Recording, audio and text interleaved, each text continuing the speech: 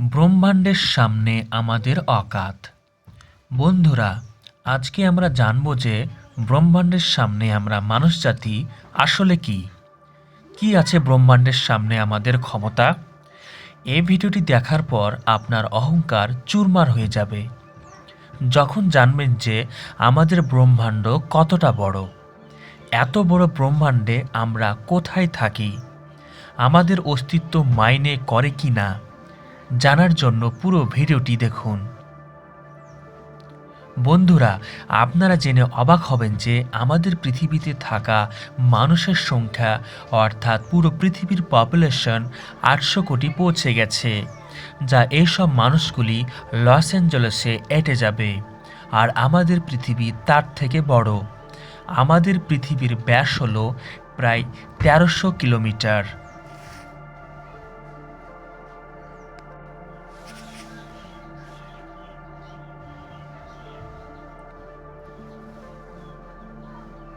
চাঁদের ব্যাস হল 3500 কিলোমিটার। চাঁদ এতটাই বড় যে এর মধ্যে হিমালয়ের মতো 1 লাখ পর্বত এঁটে যাবে। আমাদের পৃথিবী এতটা বড় যে চাঁদের মতো 50টি উপগ্রহ এঁটে যাবে। তো আপনি বুঝে গেছেন যে পৃথিবী কতটা বড়। তো বন্ধুরা, একবার ভেবে দেখুন পৃথিবীর সামনে কোথায় টিকি। চাঁদ 3,84,000 কিলোমিটার দূরে আছে। এতটা দূরত্বের মাঝে সৌরমণ্ডলের সব গ্রহ এঁটে যাবে। যদি আমাদের সূর্যের কথা বলি, তো সূর্য আমাদের পৃথিবী থেকে 15 কোটি কিলোমিটার দূরে আছে। আমাদের সূর্যের ব্যাস হলো 14 লাখ কিলোমিটার।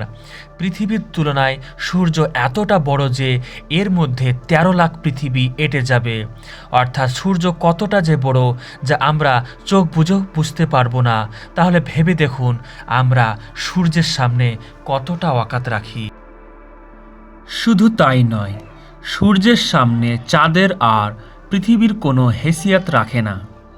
আমাদের সৌরমণ্ডলের সবথেকে বড় গ্রহ বৃহস্পতিতে মোটামুটি 1300 পৃথিবী ঢুকে পড়বে, আর বৃহস্পতির মতো 1000 গ্রহ ঢুকে পড়বে সূর্যে। তো বন্ধুরা, পৃথিবী এবং বৃহস্পতির থেকেও সূর্যের অকাত অনেক বেশি। কিন্তু অকাতের কথা বলি তো এটা কেবলমাত্র শুরু করলাম। যদি আমরা পুরো সৌরমণ্ডলের কথা বলি তো এর ব্যাস হলো 287 আরব কিলোমিটার।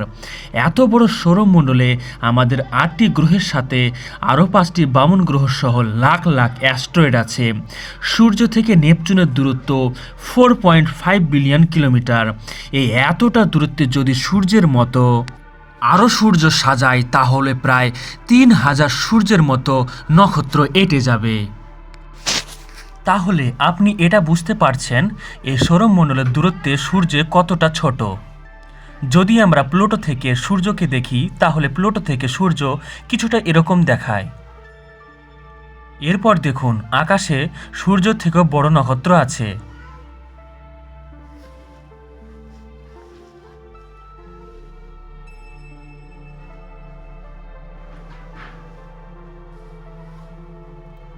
এটা হলো ভেগা স্টার। এর ব্যাস হলো 38 লাখ কিলোমিটার, আর এর মধ্যে 20টা সূর্য প্রবেশ করতে পারবে। এর থেকেও বড় তারা হলো অ্যারকাট্রাস, যা কিনা 3,60,00,000 কিলোমিটার চওড়া। এর মধ্যে 1700 সূর্য প্রবেশ করতে পারবে। আরেকটি নক্ষত্র আছে যার নাম হলো রিগেল, যার ব্যাস হলো 11 কোটি কিলোমিটার। এর মধ্যে আরকাটাসের মতো 50টি নক্ষত্র প্রবেশ করতে পারবে, আর সূর্যের মতো 4,85,000 সূর্য প্রবেশ করতে পারবে। তাহলে দেখতে পাচ্ছেন তো সূর্য এখানে এসে কত ছোট হয়ে যাচ্ছে। চলুন আরও সামনে এগিয়ে যাওয়া যাক। এটা হলো বিটেলজুস, যার ব্যাস হলো 1,23,00,00,000 কিলোমিটার। এর মধ্যে রিগেলের মতো 1400টি নক্ষত্র প্রবেশ করতে পারবে। আর কতগুলি সূর্য প্রবেশ করতে পারবে তা তো বুঝতেই পারছেন। তাহলে একবার চিন্তা করে দেখুন, সূর্য এখানে এসে একটা বিন্দু মনে হচ্ছে। এরপর পরিচয় হয়ে যাক VY ক্যানিস মেজরেসের সাথে, যার ব্যাস হলো 2 বিলিয়ন কিলোমিটার। আর এর থেকেও বড় নক্ষত্র আছে ইউওয়াই স্কুটি, যার ব্যাস হলো প্রায় 2,40,00,000 কিলোমিটার।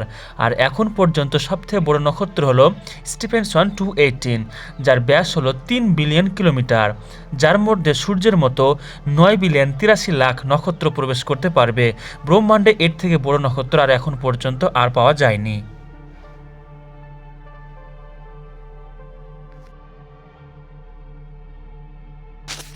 আর এই নক্ষত্রের কাছে সূর্যের অস্তিত্ব না এর বরাবর, আর এখানে আমরা আর আমাদের পৃথিবী কিছুই না। একটু ভেবে দেখুন যে এর মধ্যে পৃথিবীটাকে মাইনে করে কি না। এবার আমরা কথা বলবো আরও বড় সৃষ্টির ব্যাপারে। ক্যাটস আই নেবুলা, এটি আকারে 0.5 লাইট ইয়ার বড়, অর্থাৎ এটিকে পার করতে আলোর সময় লাগবে 4 মাস 26 দিন। এটি তাহলে ব্রহ্মাণ্ডের সব থেকে বড় নক্ষত্রের চাইতো কত বড়? এর মধ্যে স্টিফেনের মতো প্রায় 3,000 নক্ষত্র প্রবেশ করতে পারবে। আর এর থেকেও বড় নেবুলা হচ্ছে হেলিক্স নেবুলা, যার ব্যাস হলো 5 আলোকবর্ষ, অর্থাৎ আলোকে পার করতে সময় লাগবে 5 বছর। আর এর মধ্যে স্টিফেনের মতো 1.5 লক্ষ নক্ষত্র প্রবেশ করতে পারবে। এরপরে নেবুলা হলো ওরিয়ন নেবুলা, যা 24 আলোকবর্ষ চওড়া। কিন্তু ব্রহ্মাণ্ড এখানেও শেষ হয়ে যায়নি। আর এরপর যদি আমরা আমাদের প্রতিবেশী আকাশগঙ্গা অ্যান্ড্রোমিডার কথা বলি, তো এই গ্যালাক্সি আমাদের গ্যালাক্সির চাইতো 2 গুণ বড়।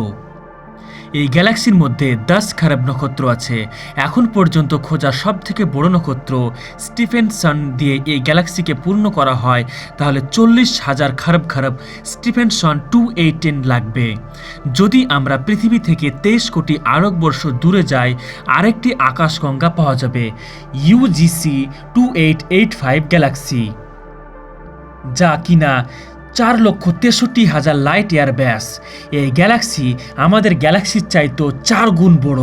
আর এর মধ্যে 50,000 খারাপ নক্ষত্র থাকতে পারে। পৃথিবী থেকে 100 কোটি আলোকবর্ষ দূরে এর থেকেও ভয়ানক গ্যালাক্সি আছে, IC 1101 গ্যালাক্সি, যা কিনা 40 লাখ ব্যাস নিয়ে আছে।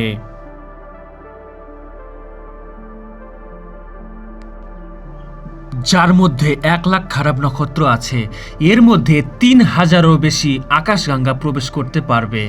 আর এরপর আরও দূরে যদি দেখি, তো এর থেকেও বড় গ্যালাক্সি আছে, যার মধ্যে মিল্কি ওয়ে আকাশগঙ্গা গ্যালাক্সি কিছুই না, পৃথিবী থেকে 3,000 কোটি আলোকবর্ষ দূরে। এটা হলো আলকিউনিস গ্যালাক্সি, যা কিনা 1,60,00,000 আলোকবর্ষ ব্যাসের মধ্যে আছে। এর মধ্যে আমাদের গ্যালাক্সি মিল্কি ওয়ে গ্যালাক্সির মতো 40 লাখ গ্যালাক্সি প্রবেশ করতে পারবে।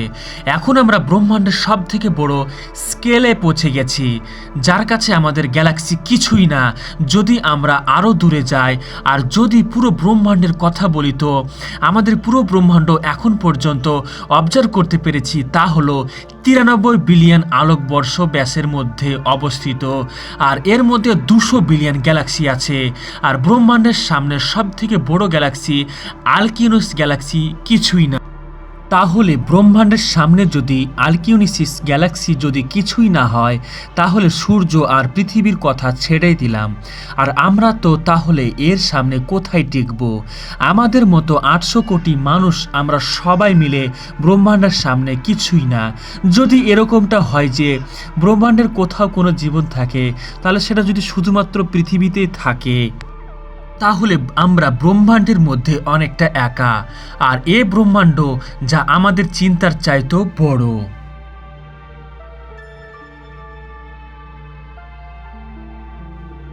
আর যদি কোথাও জীবন থাকে, তাহলে আমরা কখনো এলিয়েনের সাথে মোলাকাত করতে পারবো না।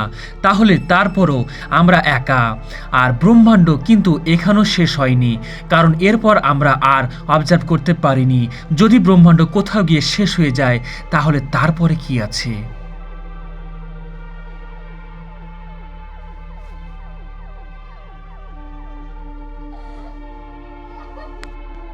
যদি অন্য ব্রহ্মাণ্ড থাকে, তাহলে কি সেটা এই ব্রহ্মাণ্ডের চাইতেও বড়? বন্ধুরা, এরকমটা ভাবার কোনো শেষ নেই। কিন্তু এই কথা সত্য, এই ব্রহ্মাণ্ডের সামনে আমরা কিছুই না। বিজ্ঞানীরা আজ পর্যন্ত এত বড় ব্রহ্মাণ্ড দেখে আশ্চর্যজনিত।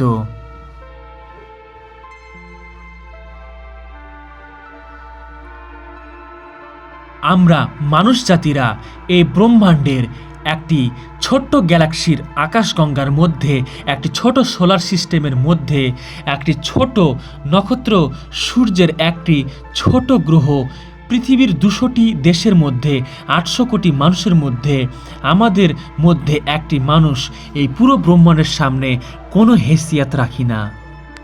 আচ্ছা, আপনার কাছে অহংকার করার মতো কোনো জিনিস আছে যার কারণে আপনি নিজেকে খুব স্পেশাল মনে করেন? আর যদি কোনো কারণ থাকে তাহলে আমাকে কমেন্ট করে বলুন যে কী কারণে আপনি অহংকার করতে পারেন। আজ থেকে 6.5 কোটি বছর আগে পৃথিবীর মধ্যে এমন এক প্রজাতি ছিল যা কিনা 10 কোটি বছর পৃথিবীতে রাজ করেছেন, যা কিনা আকারে আমাদের থেকে অনেক বড় ছিল, কিন্তু শুধুমাত্র একটি অ্যাস্ট্রয়েড এই পুরো প্রজাতিকে ধ্বংস করে দেয়। তাহলে আমাদের মতো মানুষদের কি হেসিয়াত আছে যা 1 সেকেন্ডে ব্রহ্মাণ্ড আমাদের অস্তিত্বকে মিশিয়ে দিতে পারে? তো বলুন, কি কারণ আছে আপনার কাছে যে আপনি কি এমন স্পেশাল? কমেন্ট করবেন অবশ্যই।